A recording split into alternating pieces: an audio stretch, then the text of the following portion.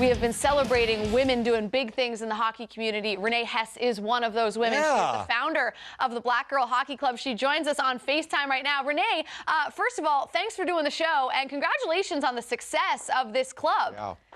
Oh, thank you so much, Jackie. We've had a lot of fun. We've got to visit 4 different arenas in the last month. It's been a wild ride, but we've had so much fun doing it, definitely. All right, Renee, give us the background. How did all this come together? You know what? I love hockey. I love going to hockey games.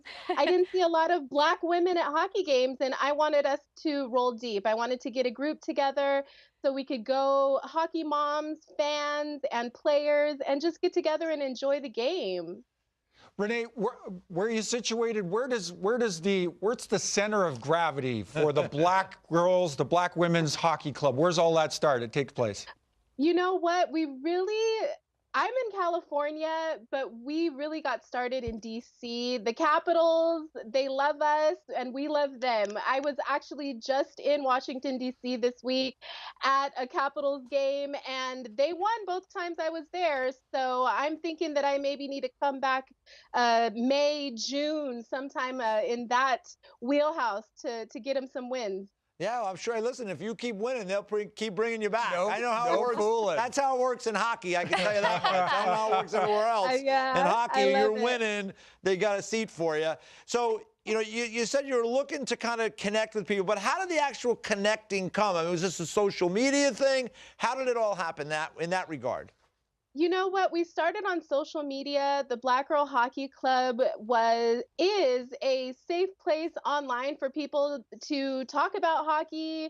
We're on Twitter, we have an Instagram, and we also have a website. And we just all kind of came together online, and we decided we wanted to get out in the real world and go see a game together. And the Capitals game in December the 15th was our first game. We had 45 women and their kids, hockey moms and players come out to see the Capitals win in an overtime shootout. It was such a good game, let me tell you. Well, it sounds like it, and it sounded like there was a lot of people there.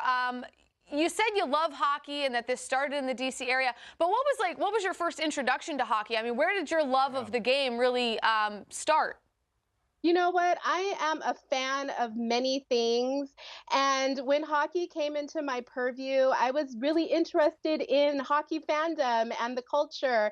And I'm an academic, so I did what academics do. I started researching. I started reading about it. I started listening to hockey games on the radio. And when I finally, a couple years later, got out to a live game, I was hooked. I needed to go to as many as possible. I'm in California, so I go to a lot of Anaheim Ducks games and LA Kings games just to see all sorts of teams that come out here to play. So it kind of got started a few years ago in Pittsburgh, and it's been on the upward slant ever since.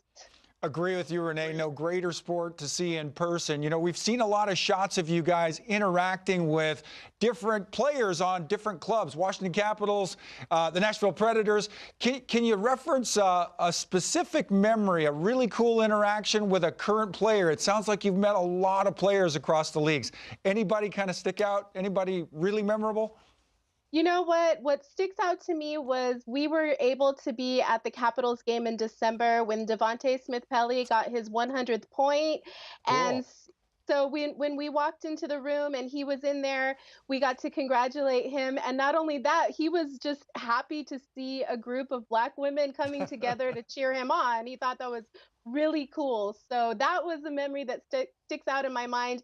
And also kind of sitting after 4 hours of hockey in the back of the room, watching everybody interact and with a humongous grin on my face. That's a good memory that I have. Terrific. Well, you know, Renee, you've been an absolute pleasure. I don't think the smile has left your face during this entire conversation, so I can tell that your love for hockey is certainly genuine. And I think it was Braden Holtby, because we saw the footage of you guys meeting the Caps and doing that whole thing. I think it was him that said, you know, I think it's great what you guys are doing, but hopefully we don't need clubs like this moving forward. I think it's awesome what you're doing. Thanks for joining the show. We appreciate it.